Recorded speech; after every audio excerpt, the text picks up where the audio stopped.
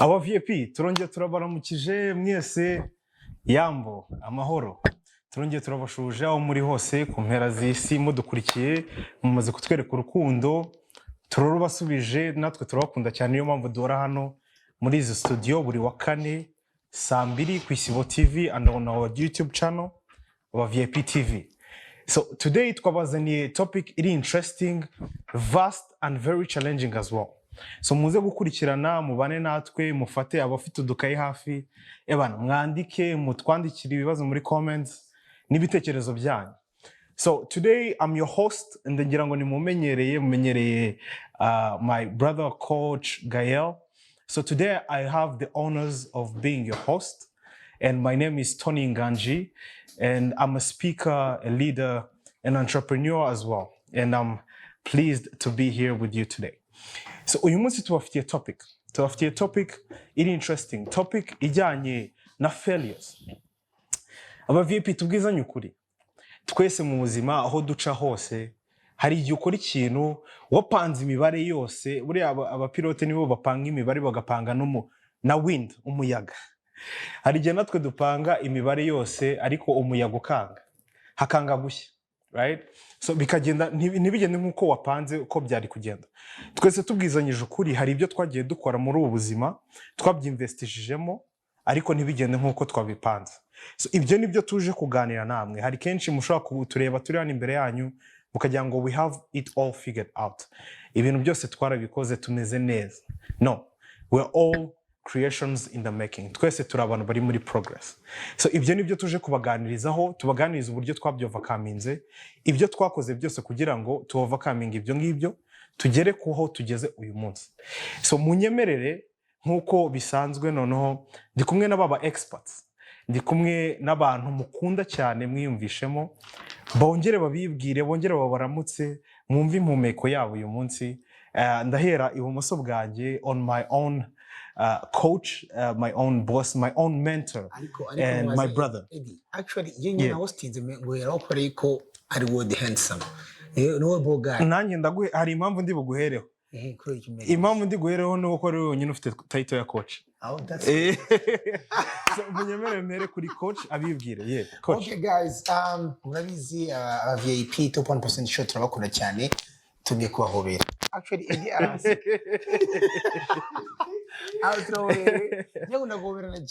so we love you guys. So I'm a coach. I'm a business and financial coach. Actually, very certified. I'm a serial entrepreneur. Murabizi niki byose nkaba investing also ma startups zitandukanye ariko nkabandi umuntu buri munsi dukora ibiganiro hangaha ibya business entrepreneurship ndetse na business. So uyu munsi dufite ibintu biza tuzaganira. Dufite umushyitsi udasanzwe. You're going to have fun. How do you hita wiki? Edu entertainment. Edutainment. So it's going to be a combination of education and entertainment. So we love you guys. Ari ikintu coach avuze gikomeye aba VIP, certified financial and entrepreneurship coach. Abantu muri kureba hano kuri screen zanyu n'abantu bari certified. Ntago abantu twatoraguye ku muhanda. So yes, let's proceed with the introductions. Umutwitsi mukuru. Abavip kuko mubizi geri bugarura Kenny, crypto expert, business owner and an economic enthusiast. Umva turanezerewe cyane ngewe ku bwaje kuba iyi show yabaye hosted na Tony bimo biraneza arimo aravuga ko umusangizo w'amagambo mu bukwe. Ariko biratwika ndumva rwose mukanda haguruka ntanga inka. Ariko uyu munsi turaza kugira topic nziza cyane kuri failures. Buri muntu wese arantu yaciye bikamugora mu buzima. No turaza kuvuga ukuntu buri muntu wese aratanga personal experience yo ukuntu abona failure, ukuntu abona no gutera imbere kwe icyo failure zamufashe gutera imbere. Yes, urakoze cyane Kenny. Now on my right, Eddie Robert. VIP ngiye kubasuhuza cyane. Wabayambiriye. Nje wabinkoreye. Ndabasuhuje kandi nishimiye kongera kugaruka kuri screen tuganira twungurana bya bitekerezo by'ubwenge challenginga barriers of our thinking, and I'm very excited for the topic today kuko turaza kuba turi kuganira ku bintu twese. What I love most about life nuko no matter how many times you fail, you always find a way to get back up, right? So ibyo waciyemo bikanga, I believe you're still trying. Niyo mpamvu uri kutureba kuri screen zawe kuko you have a small voice that you whispering ko there is still a chance. Maybe this is your time to explore what is there yet. So stay tuned, let's have fun. Yes, murakoze cyane. Nkuko Eddie abivuze, there's still always a way forward. Mugenzi wanjye Coach Gael yari yababwiye ko tubafitiye umushyitsi w'imena. Murabizi mumaze kubimenyera ko kuba VIP TV tuba tubafitiye always a bonus, right? Abantu bari subscribed kuri channel yacu barabizi ko tuba dufite bonus buri show, buri video dusohoye iyo ari yose. So, uyu munsi mfite umuntu benshi muri mwe udakeneye mu by'ukuri introduction. Mu by'ukuri ni umuntu mwese muzi. Nshobora kuvuga ngo igitangaza, nshobora kuvuga ngo ariko ngo byaranze kenshi. Nawe hari ahantu yaririmbye ngo nako ndavuze. Hari ahantu yavuze ngo twese byarananiranye. So ushobora kuvuga ngo totally crazy hitmaker, ushobora kuvuga ngo izina hitmaker, ushobora kuvuga ngo nyola hitmaker, ushobora kuvuga ngo akinyuma se ni hit. Ntago nari buyivuga ariko mu by'ukuri reka tumwakire. Ari kumwe natwe muri studio uyu munsi. It's a great honor to have you, Bruce Melody. Thank you for joining our show. Yeah. In the house. cyane murakoze kunyakira. Yeah. Iki kiganiro njye gikurikira bya hatari. Ubwo niba nawe uhari cyangwa se uri umuntu urubyiruko cyangwa ari undi wese muri business, utajya wicara ngo arebe neza uko affairs zigenda, nyine byarakujabutse. Ariko yicaye in the right place. Ariko gusa kwa kurujya unserereza. Harya kuvuga ngo iki kwa kurujya unserereza. Iki kiganiro mu bintu bike nkiziho. Coach ajya avuga ngo ushaka gutera imbere kuri ubuzima bw'indwi.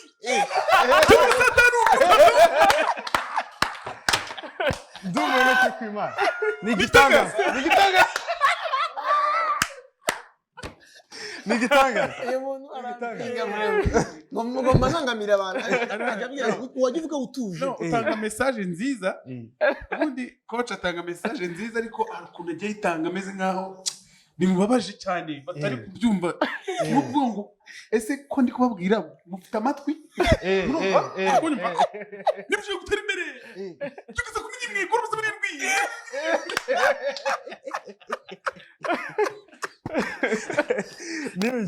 Nibyo cyane. So aba VIP. So iyi niyo team tugiye gukorana uyu munsi. Twababwiye ku byo tugiye kuganira. Twabwiye ko tugiye kuganira ku bintu byose twagerageje, tukabigerageza bikaba bitaragenze nk'uko twabitekerezaga tubitekereza.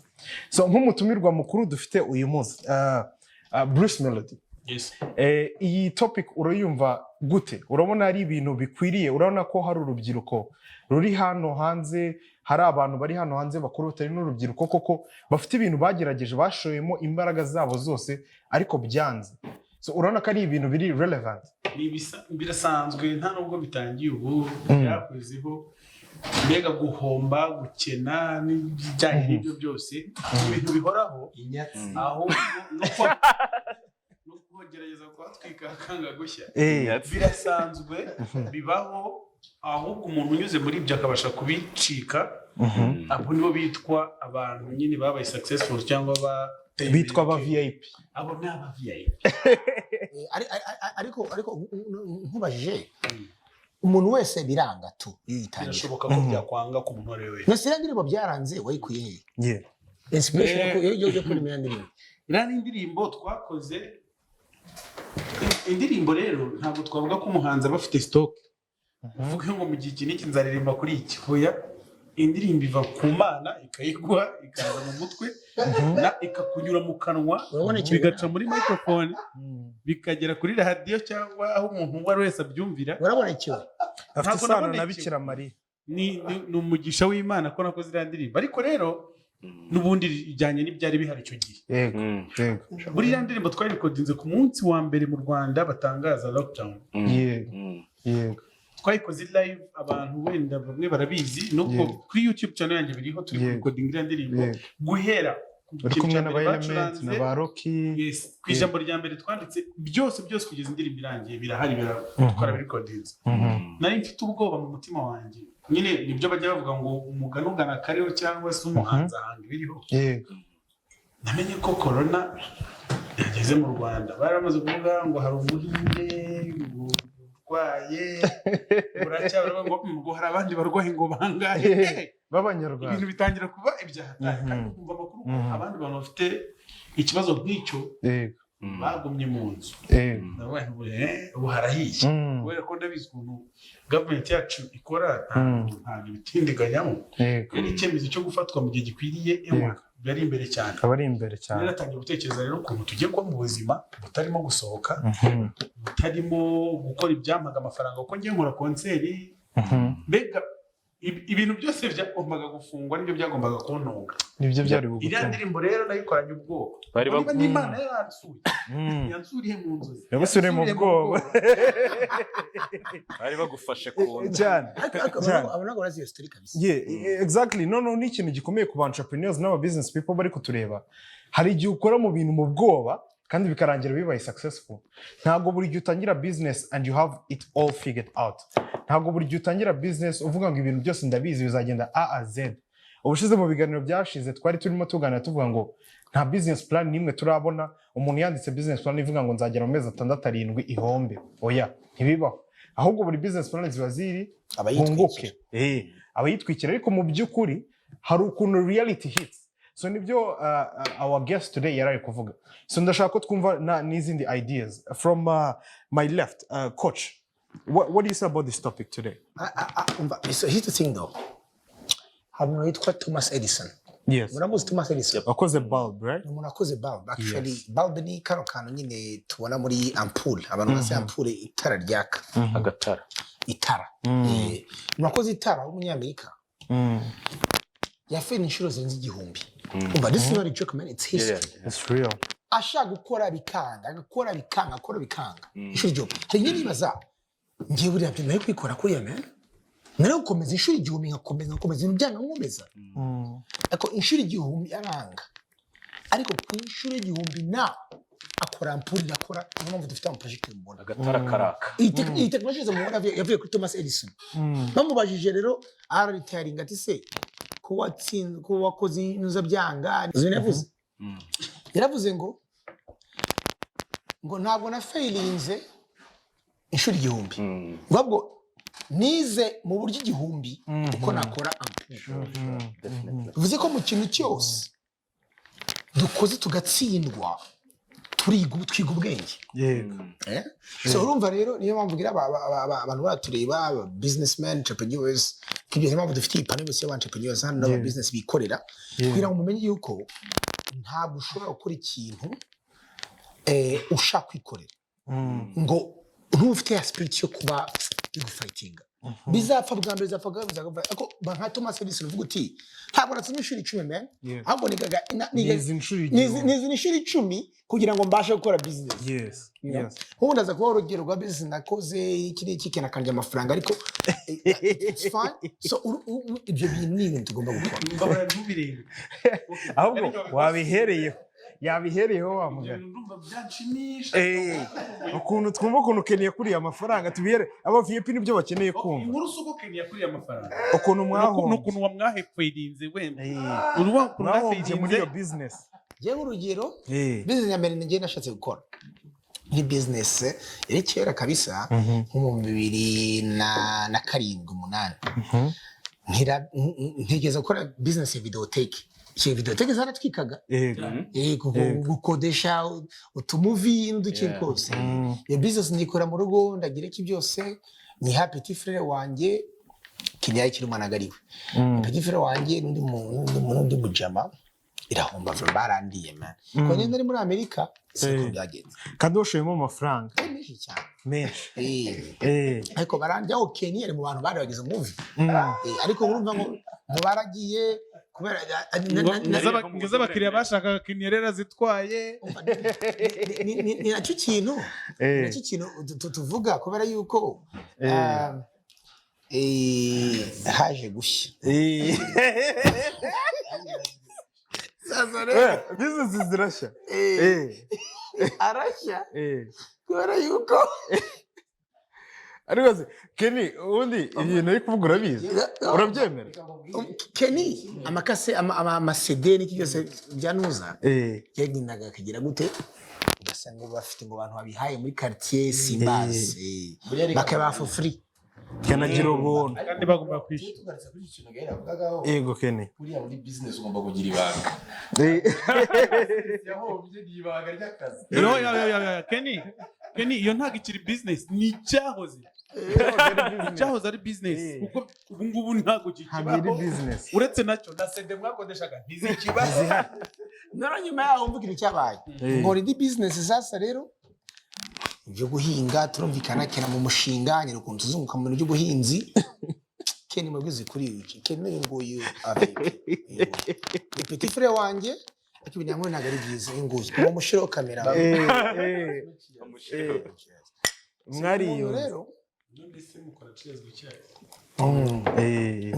ni TV unanye ntangiye kubikiga TV ubundi cheers zibayemewe twamaze icyayi kuri TV sasa rero uko byaje kugenda iyo umuntu anyemeza ukuntu tuzahinga aje niki ntabwo mbyibuka ngaho mva umuntu akwinjira umushinga twahinze marakucanye ukuntu tuzakira vira mu myumvire vira umujama yanjye genda hinga gucimena turahunga hari izuba mbega ntigeze yifashisha inzobere ku buryo najya guhinga amenya igihe ibyo kintu cyerera kandi inzobere numva inzobe ushaka abakozi b'inzobe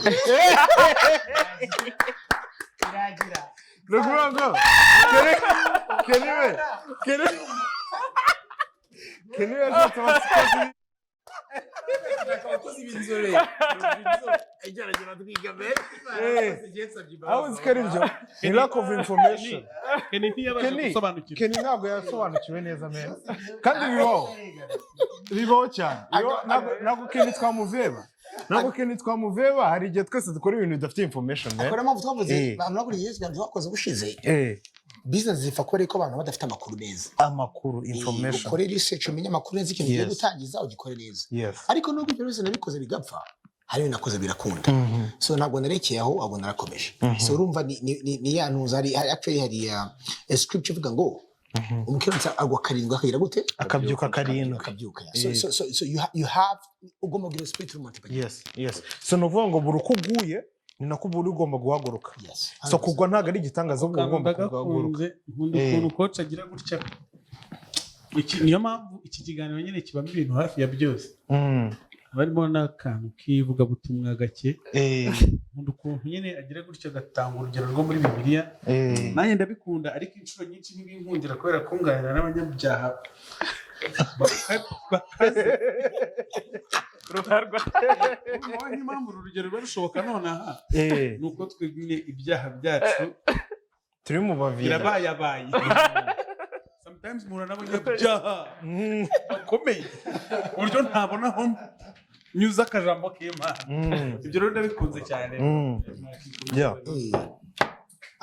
ariko se gusa nkubashije uwo duhaye Jenny cy'umushyitsi mukuru dufite hano ntabwo byari byoroshye ko umuhanzi ukomeye wageze kuri palmarès ufite hano mu Rwanda bikorwa wagezeho n'iki byose ko abantu bakoze muri East Africa n'iki byose ntabwo byoroshye hari ibintu waciye mu bikomeye ariko se umuntu wagiye kureba bwa mbere ugakomanga akagusuzugura wa muntu wagiye kureba kuri muri nuza muri studio ngo promoting akagusuzugura ukiri umupeta uzamuka warekeye aho nzi ko ari byo wahuye nabyo byakuguye ariko urakomeza ntabwo navuga amateka yanjye kubera ndi mukuru amateka yanjye ni manini kurusha iminota dufite nibyo rwose urakuze cyane se buriya byanze bikunze uko nkuze kose ndengeje amasaha 2 urumva rero ntabwo nabitindaho byose ariko reka mbereke wenda duke nyine tworoheje twatuma umuntu yumva ko gutera imbere ari ibishoboka guferinga harya rwose n'uguki mu Kinyarwanda ni ukunanirwa ni ukudasohoza ni ukudatwika amasezerano no kudatwika umusi No kudatwika. no kudatwika ni ugutsindwa se cyangwa gucika intege gucika intege bibaho nta n'umuntu twareba nabi ko yacitse intege kuko twese turi abantu ahubwo habaho nyine guhatiriza no gukora ibintu ukunze njyewe rero ko inkuru yanjye iteye bundi no kuba umuhanzi ntabwo byashobokaga mbere y'uko tugera ko naje kuba umuhanzi abantu bakankunda mba mbona no kuba umuhanzi byari biri kure kubera ko nsazi kuvuga ibi bintu abivuga nubwo nujya kubivuga ngo ariko ngo muri kumagume uri mu backup singer nari mu backup singer tubwiye abantu bakeneye kubyumva icyo gihe byari byiza abantu icyo gihe byari byiza buriya njyewe narwaje mama wanjye imyaka 9 njye na famiye yanjye twarwaje mama imyaka 9 kandi papa ntiyabagaho urwo rugendo rwarankomereye nyine rutusha amarangamutima yanjye bituma hari ibintu bimwe na bimwe ntageraho abandi bana twanganaga bageragaho icyo gihe yapfuye mfite 20 numva ko yatangiye kurwara mfite kurwara biri seri nyine mfite 11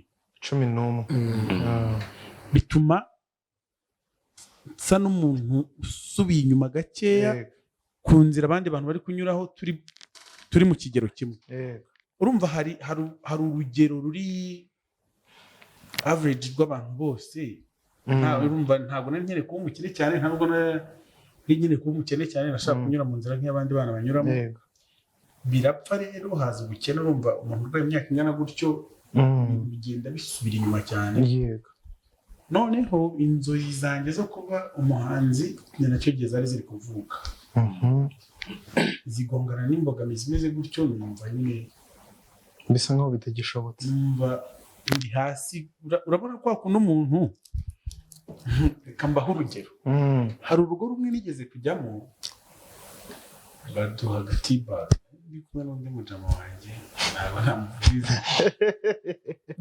noneho ni ubwa mbere nari mbonye tibag kaka cyayi kari ku mugozi batendekaho bagashyiramo nyine gutya ugakoroga noneho ikaba icyayi ni ubwa mbere nari nkabonye ibintu bari kuvuga ngo nkuko mwambaye mikoro nkabonye bagira inama aba VIP nkabonye mbona ntabwo bamenyere sinkazi mba ndetse nk'umuntu nyine w'umunyamujyi buri ikintu nshimira Imana nuko navukiye mu mujyi nyine hari icyo byongeraho nyine ikintu bizanamo ukagira ngo iyo buri inyuma ariko ntabwo buri inyuma nk'abandi sasa umutipe we aba aragafashe aragaciye utujyane atumennye mu itasi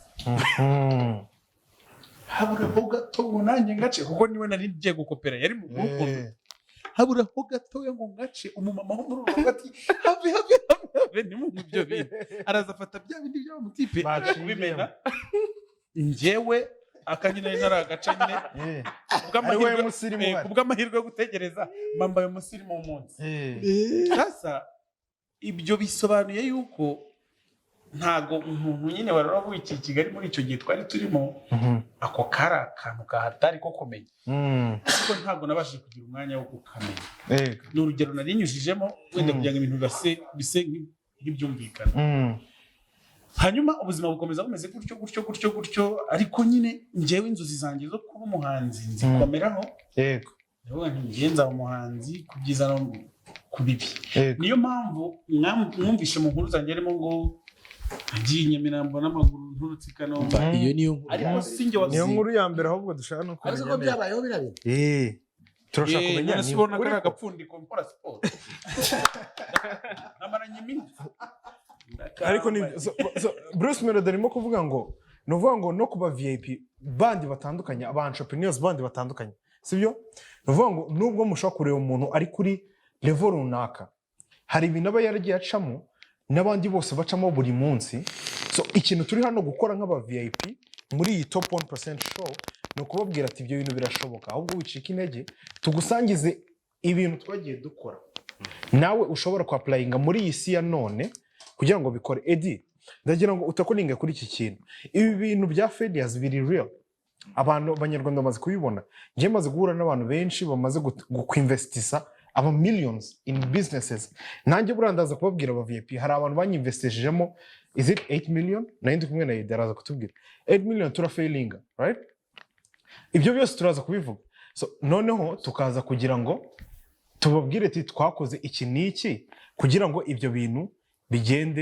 bigenda neza abo bantu bose kugeza uyu munsi bakaba bari kunguka batari guhomba so Eddie ndagira ngo uyu munsi ubwire Abavip ibyo bintu urabibona kuri wowe experience yawe ni mu masegonda make icyambere the point chap making ya mbere ku muntu duteze amatwi nuko failing and being a failure is different. Yes. Failing is a circumstance, but being a failure is an identity. Ubwibyo ngaza byinshi sobanura neza amagambo yaje Edize neza Edize green hits The point chap making yigize green hits barashaka kubwira ko warangije barashaka ko warangije utakiga kusemuza amashuri yaje kiga n'abandi so point nine ntajya ndi kuvuga gutsindwa no kuba wafata identity yo kuba umuntu utsindwa biratandukanye no kuba nta muntu numwe udatsindwa ariko ibihinduye identity ni ikibazo right so impamvu nayo mbivuze reka mbahereze akagero gatonya katurebe indege tubona zizamuka mu kirere abantu bazizamuyeyo ni the Wright brothers batangiye bagerageza kuzamura indege bikanga multiple times until when bayizamuye when the wind was right babona indege iragiye so rimwe na rimwe hari ibintu ukora bikanga atari uko byo bidashoboka ahubwo ari uko ari igihe kitari icyanyacyo Brice birashoboka ko hari indirimbo yakoze ariko akazikora mu gihe kitari icyanyacyo ibintu kwavugaga neza tugeze ku izina ryanjye ukanyigezaho mwana ako Brice nibyo byavuga nawe ariko nibyo urabyemera no kuvuga ngo hari ndabyemera ariko izina ryanjye ari kurivuga nabi kandi bifite standard warasizwe rimwe rimwe mu buzima kenshi ahubwo well tugarutse kuri point nandi mother making umuntu wese ahari akagera by the way ushobora kuba uri gufailinga ukana succeeding at the same time ushobora kuba uri gufailinga muri musique ushobora kuba uri gusucceedinga muri musique failinga nko mu buhinzi niyo mpamvu utafata failing igire identity right so it's the seasons of changes so kuri icyo kintu rero ikintu wenda navugaho cyane ku Abavip badukurikiye Tony yaragarutse kuri individuals twagiye tujyamo mbere ziga failing there is imwe twatangije actually investment yagiyemo yose iri around 12M twatangije muri covid ya nyuma yes lockdown ya nyuma mbega muheruka gushya nitwe duheruka gushya hano nimuke mu cyongereza amafaranga miliyoni 12 muri 2020 murahomba turahomba ibivuga abantu bamenye tukinjira muri iyi lockdown yaje bwa nyuma turi muri distribution business ibijyanye n'ibiribwa n'ibyo bindi bitandukanye so icyo gihe icyo twabonye ni iki twasanze ikibazo ibyo twe turi gukora byari bikenewe byari biri na timely yewe ariko twebwe the logistics twashize en place cyangwa se ibyo business saba kugira ngo running byari biri heavy kurenza ibyo igomba kwinjiza so bituma itabasha gutekinga the leap bivuze ngo kare waravuze ko mba byumva nyine neza munyihanganire nzajya nihijambo nta kibazo cyo kuganira anga turaganira nta muntu uyobora nta kibazo kwese igihe kiba kitaragera we yakoze ibintu mu gihe ahubwo ntiyabikora uko bikwiriye bivuze ngo ni ibintu byinshi byatuma ibintu bipfa ntabwo ari igihe gusa ntabwo ari ko igihe kitaragera gusa ushobora no kuba ibintu wenda uri gukora ubikoze mu buryo budakwiriye cyane rwose very good so lastly wenda ndimo ndasoza ku making a point uburyo bwiza twabizanamo twese tureba Netflix right movies do streaming Netflix yaje isimbura company yitwa Blockbuster Blockbuster muri 2012 nibwo yafilinze for bankruptcy imaze guhomba 2012 ari nabwo Netflix yatangiye kuzamuka Blockbuster icyo gihe videoteke ya Gary no yahiye 2012 nayo yahumiye icyo gihe urumva rero ntabwo ari ikibazo cyaro ntabwo ari ikibazo cya Gary gusa ahubwo ni ikibazo cya Blockbuster na Netflix so icyo gihe Blockbuster bakoraga nabo kurentinga CDs nk'ibyo Gael yari ari kwinjiramo then Netflix izana yinjiramo mu yindi sezo iri kuvuga ngo no dukeneye ko abantu none ba streaming apana kujya gutira.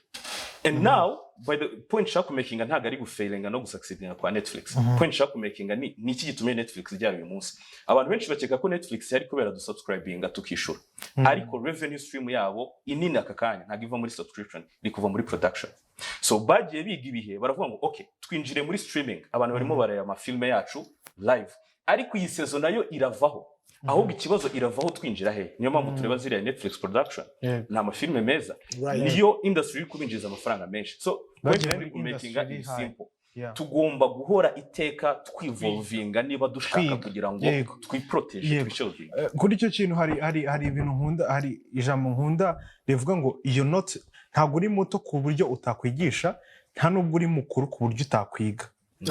Uvuga ngo aho ugeze ahantu hose ushaka kwiga, n'ibyo ugezeho byose regardless of your age or your experience ushaka kwigisha. So ndagira ngo coach na Bruce mu commenting kuri iki kintu yaravuze cyo guchanginga nk'umu entrepreneur cyangwa nk'umu musician, uburyo uhindura umuziki ugendeye kuri audience ikumva, uburyo uhindura produit yawe ugendeye kuri audience iri ku receiving iyo produit yawe, sibyo? Kuko kuva ubu ngubu dushaka kuvuga ngo kuva mu 1760 bari gukora umuziki, n'uyu munsi turacyakora umuziki, ariko umuziki wakorwaga kiriya gihe hari itandukaniro rinini rifite kugeza ku muziki uri gukorwa ubu ngubu.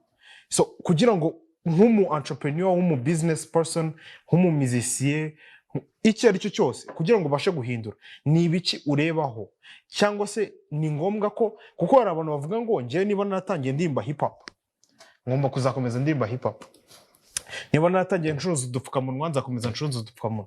Ubushize mu kiganiro cy'ubushize twari tuvuga ngo business ziri gukora udupfukamunwa, zakoraga udupfukamunwa ziri gukora toilet paper uyu munsi kugira ngo bagume bari relevant. Zavuye ku gice kimwe cy'umubiri zimukira ku kindi byose birimo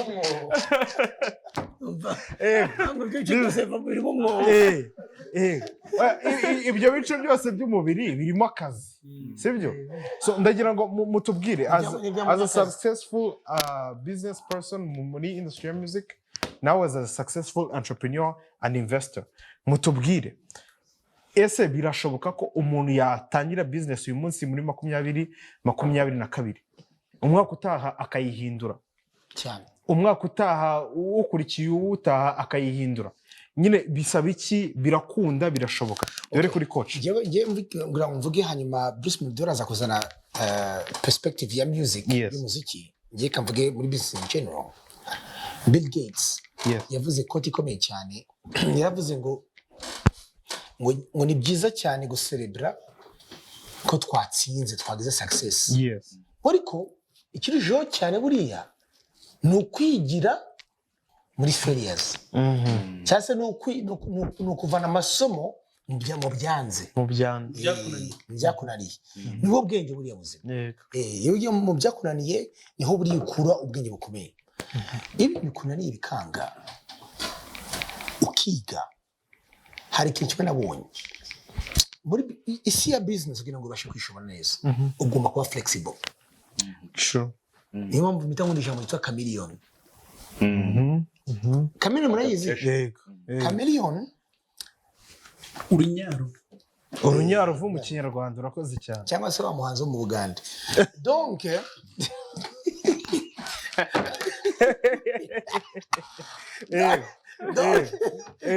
kiza chameleon.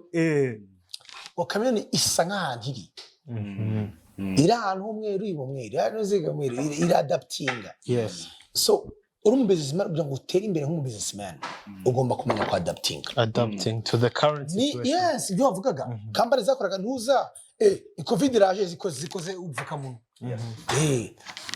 Muri Amerika uruganda rwa Ford rukora imodoka barutegeze ko ubupfukamunwa man. Ford rukora ubupfukamunwa, bafite ibikoresho ariko byose, ariko imodoka ntabwo zibugurwa turi muri lockdown, zirahindura bakubwira ubupfukamunwa abantu barabugura kandi nabwo bakoze amafaranga. Niko bimeze. Na Bruce araza kutubwira buriya hari igihe akora nk'indirimbo nka Total Crazy actually muyirebe ni indirimbo nkunda cyane abantu ntibayigure agakora kinyuma ikagurwa yego cyangwa iyo yari amakuru y'ifite yuko kinyuma yitwaga Akanyana aza kubitubwira arahari araza kutubwira twibwirira urumva ugomba kumenya ku adaptinga yes hari igitekerezo ufite ushaka gukora ugikora n'ikigenda neza cyangwa ikigenda neza ukareba icyo market abantu bari iruhande rwe bashaka icyo abantu bashaka bakeneye uwo mwanya ako kanya ukagihindura yes so Bruce wowe tubwire iki ku kintu kijyanye n'ikintu abantu bakeneye muri ako kanya kandi bafite amafaranga yo kwishyurira nyine ikintu abantu bakeneye ako kanya kiri relative wowe ubitekerezaho nk'iki muri music industry bitranslatinga gute iyo ugize amahirwe yo kubona icyo abantu bakeneye uba ufite amafaranga mbega uburyo bitarasobanuka neza ufite amafaranga ahubwo agiye gukurikiraho uburyo ugiye kuyakura mu bantu kubera ko njyewe nzi abantu benshi batanze ibintu bikenewe mu gihe cya nyacyo ariko ntibibyare umusaruro uyu muntu yatanze urugero rwiza cyane byamubayeho njyewe rero uko mba mbibona mu buzima reka nibande kuri muzike cyane nk'uko mwabivuze namwe muragenda mujya mu bindi umuziki ni ikintu ducuruza ku marangamutima iyo turi gukora umuziki tuba turimo kugira ngo uwumva agire ibyo yiyumvamo ntimugire ngo indirimbo tuzisohora tudatekereza cyangwa tutabizi neza aho dushaka ko zigera tuba tubizi ahubwo hagakurikiraho ko nitumara kuzitunganya koko zigera ku bagomba kuzigura hanyuma abo zigezeho ibyo batanze nabyo bikatugeraho inshuro nyinshi rero biraba tugakora indirimbo zikarangira wenda zikanagera kubo zikwiye kugeraho ahubwo uburyo bwo bakanishyura ahubwo ibyo bishyuye ntibitugereho ubwo ndi kubivuga wenda niba hari abahanzi bari kutureba ubwo barimo barabisobanukirwa ubwo bagenda babyumva kurushaho cyangwa niba hari n'utabyumva ugatangira byumve nyine niwo mwanya wa nyawo iyo ukoze ibyo ukora bigacamo bikagera kubo bigeraho tuvuge niba urugero rukamizana mu buzima busanzwe ucuruza inyama uboroye amatungo utunganyije ibagiro urayabaze neza uyohereje ku mabusheri yagera ku mabusheri kuri busheri bakakubwira ngo dutegereje abakiriya bagakomeza bavuga ngo dutegereje abakiriya wajya ugasanga inyama zashize burya kandi kuva kare bari bategereje iki abakiriya ikibazo ntabwo aba ari icy'abakiriya ikibazo kiri mu kazi kawe abo mukorana n'ibyo mukora n'ukuntu mubikora mbega ni birebire iyi bizinesi rero turi kuvuga hano ni mu buzima busanzwe nibyo ndabyemera ariko njyewe nibanda mu muziki kuko ariho ndi ko kigeze kuvuga ku kintu cyo guhatiriza no kuguma mu kintu kimwe njyewe nakoze imiziki nizeye yuko nyine nzayikuramo umugati ntazi maximum ntazi bizapfira he ntazi bizagenda bite ntazi nzakuramo yahe ariko kuko nari namaze kubona neza ko abantu bangiriye icyizere banemera yuko ibyo bintu mbishoboye byari binyoroheye nkora imiziki bwa mbere gake gake nanjye gukora uruganda byari kunshobokera yego cyangwa se gukora indi business mixa ariko uzakora n'uruganda ariko ufite business uruganda nyine amatwa sumira ufite business zitandukanye ndivuga basi gerageza kumvikana byaranshobokeraga ko nzaza nkahita nkuramo igishoro nkahita niruka nkajya gukora ibi nkashinga nka depo y'amakara amakara agira depo yes yeah nazi ko depo ari inzoga gusa ako medbit kuki guseka kuri medbit igeze kuvuga ngo yakoranye n'abahanzi baramwambura nase kujya tabiretse ngajye korora inkoko cyangwa wenda ajye mu bintu byo gufukura ibyuzi by'amafi nawe yorora amafi nk'abandi basanibyo aravuze ko ese kuki medbit afite ikibazo cyuko nawe ushobora kuba uri mu bantu mufite ideni yes naramwambuye ko nawe yaranyambuye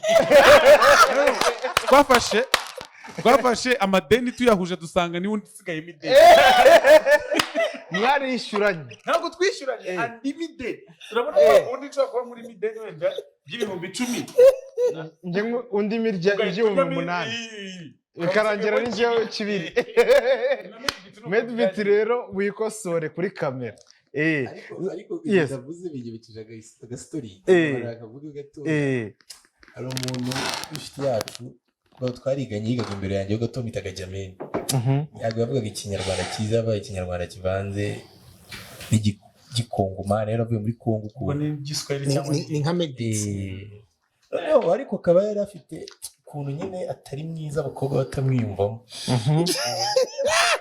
abakobwa batamwiyumvamo Debera akagira ikibazo gikomeye cyane itoka Debene Jameni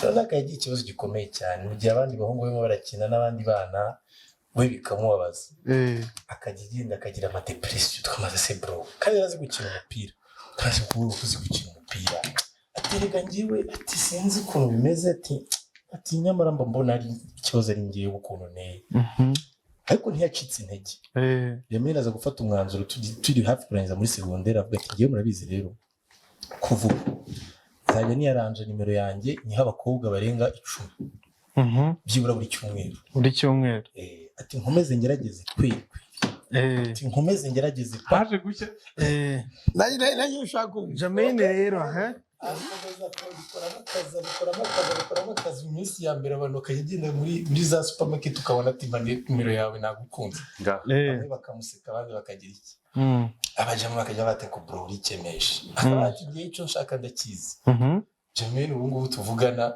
afite umugore meze neza kandi nje kuvuga afite nka 7 kaze kubivuga kuri televiziyo kubivuze ubundi Jameni byaragiye ari utubwira ati ngwino nkwereke ati we ntabwo umuvuno mwahuriye ahantu abapasa ahantu murasagira kana ubundi kimwe nta muvuno ari bishizemo akavurega ntibijya ariko kuzaho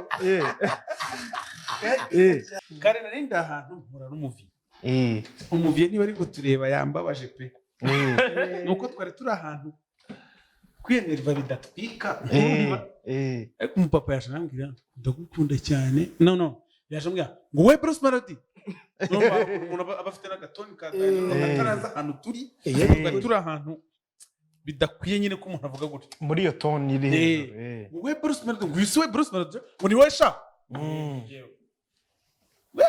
umwana wagera gukunda ngo yirwa muri atangiye kwigana umwana ndamubwira none se nawe wazankunze mwese nyine munkunze byaba ari wanene ariko se wanene wasobanurira abantu icyo bivuga wanene ubwo barumva hatabara zagusaba ngo yo waneza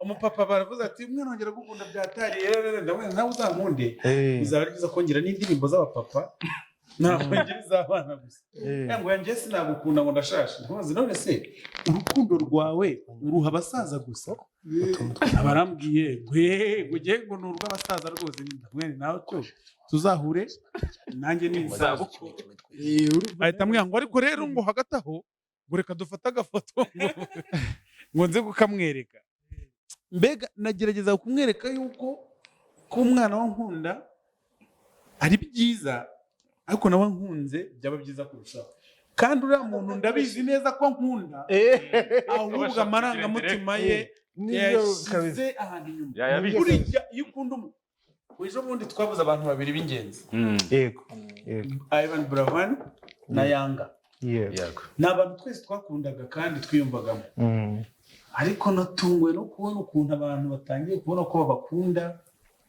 ari uko badahari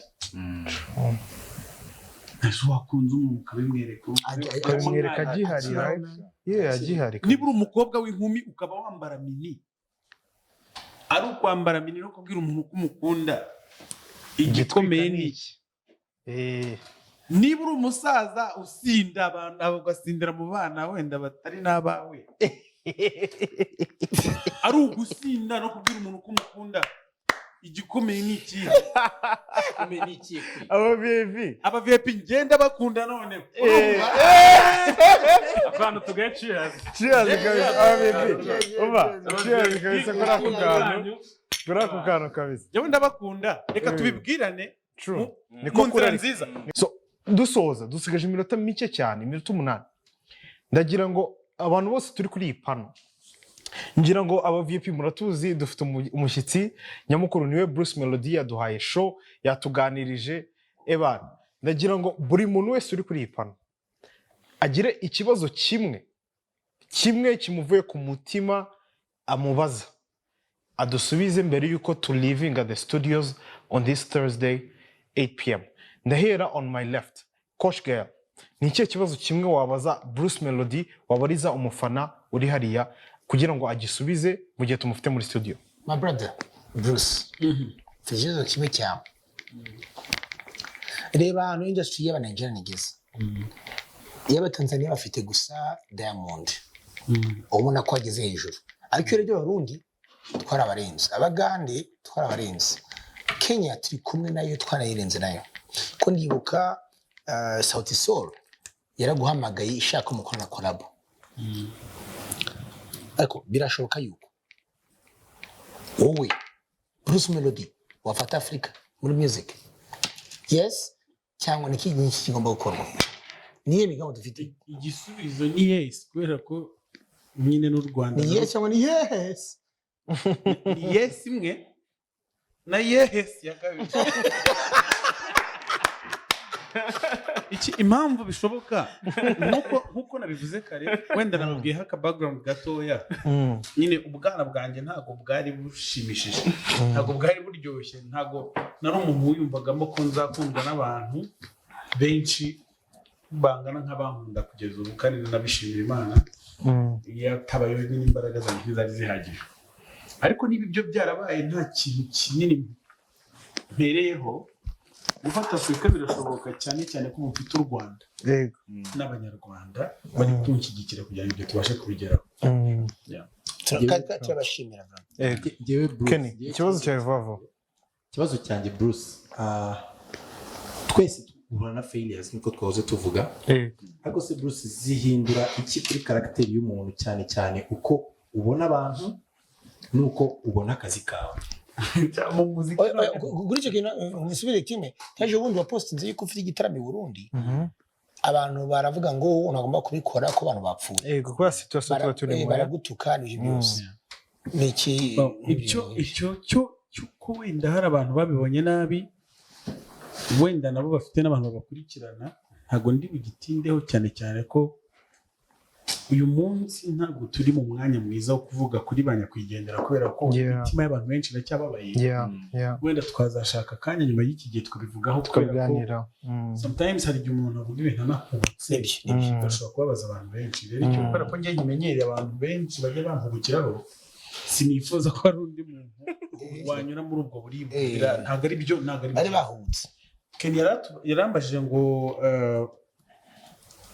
gufadinga bihindura iki ku myitwarire y'umuntu reka rero mbabwire mwe abantu buriya hari hahamuka riba mu mutima w'umuntu abantu benshi batera amabuye iryo hahamuka rikazagera igihe rigashira ariko reka mvuge muri process rigihari bikiri bibi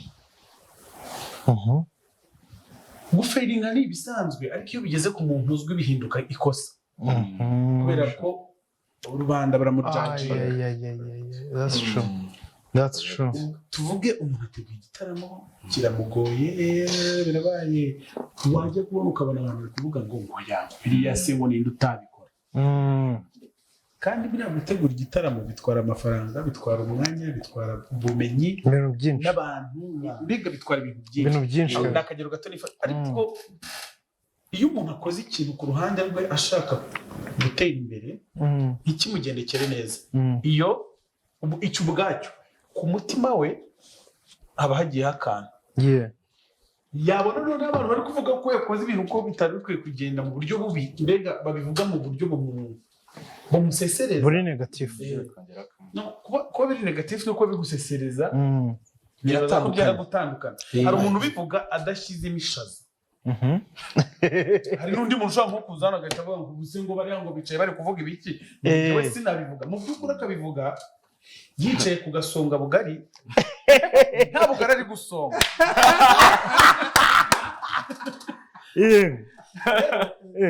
ikintu bihindura kuri personality y'umuntu ushobora kuba wifitemo nk'akantu ko gutinya abantu kuko ako ni akantu dusangiye turi benshi ntimugire ngo abantu bose batinyuka kujya imbere y'abantu ngo bavuge kandi umuntu yagukubise akantu nk'ako wari umuntu usanzwe witinyira abantu cyangwa nawe ubwawe witinya ewana abagusubije ku butaka cyane bongera gutekereza ikintu cyo kuvuga ukavuga uti guse noneho nivuga no barangiza cyane ko ibintu byo kuvuga imbere y'abantu ari skill kandi tunigisha ubikeneye yose atwandikire ku Abavip.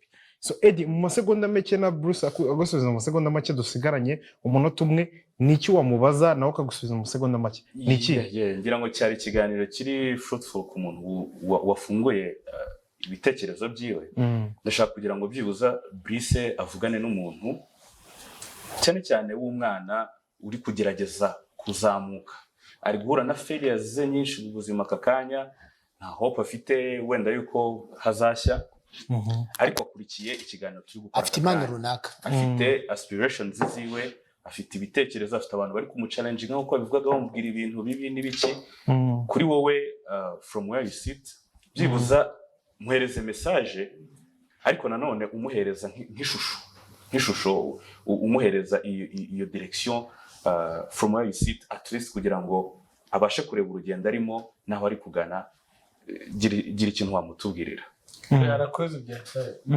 mbaje ikibazo kiza cyane telefone yanjye igira ama message menshi n'ama calls menshi ariko amenshi azara y'abahanzi bashaka ko mbafasha ariko mu by'ukuri nta iterambere rishingiye ku iterambere ryawe uri kutureba uri mu mwanya nk'uwabuze nta muntu n'umwe iterambere ryawe rishingiye kuko abahanzi n'abantu bose bari inyuma yacu kugira ngo umuntu agire ibyo yacivinga hari umuntu ugomba kubigiramo uruhare ndaza kuba ingero nkeya ariko mubibone nyine ko kugira ngo umuntu anagufashe uretse n'umuntu n'Imana ibashije wowe uri kuvuga ngo umuntu agusunike agufashe agugize imbere ufite iki wakoze iki abo bantu bose bazavuga ngo ngiye ngo nimba impano no kuririmba ngo kandi ndi umuhanga byahatari imbere ya byose ntago kuba wumva uri umuhanga bihagije kubera ko ibintu biri mu mutwe w'umuntu burya ntibigaragara nyine ni wewe ubyimenyera ni wowe ubizi mu mbaraga nke ufite wakoze iki niba nta kintu wakoze rero ntuzagufasha nta kintu azakora azanakora ubusa ugire we ntacyo afite aheraho ntacyo afite aheraho nanagufasha nanahagera azakora ubusa wowe ubona ari ubusa we atekereze ko yakoze byinshi naho ubundi ukwiye gukora byinshi mu mbaraga nke zawe ku buryo byibura uba ufite aho uhera ubundi umuntu amfasha ikindi cya kabiri kuyoba ndabitinya nzi abahanzi benshi bayobye ku buryo bamaze imyaka 10 bakora umuziki kandi badafite impano yo gukora umuziki bakonfuja ngashobora ibintu ujemo koko ari byo amasegonda yego Abavip mwakoze cyane kubana natwe muri iki kiganiro. I hope it was so fruitful. Mwigiye byinshi kuri aba financial experts, crypto experts, leadership experts, music experts, business experts, ibintu bigiye bitandukanye. So mwatwigiyeho ibintu bigiye bitandukanye. So ubu nonaha ndagira ngo dusoza amasegonda make cyane ya nyuma. My coach, 10 seconds babwira ijambo ryanyu. My brothers, inshuti zanjye mudukurikiye, hari umuntu witwa Richard Branson wavuze ngo failure is the end only when you decide to stop. Oh man, repeat that. Subiramo ibyo bintu mu Kinyarwanda neza.